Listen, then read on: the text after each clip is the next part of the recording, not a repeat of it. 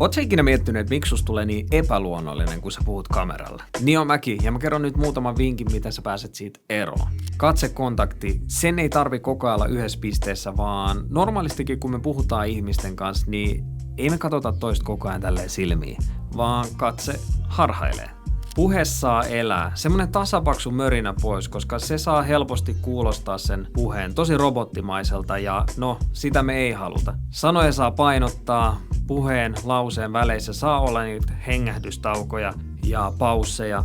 Ne tekee siitä puheesta luonnollista. Vaikka editissä aika usein niin semmoiset tyhjät kohdat otetaan pois, mutta jollain tavalla mun mielestä niihin jää semmoinen aito ja autenttinen fiilis, kun ne on ollut siellä.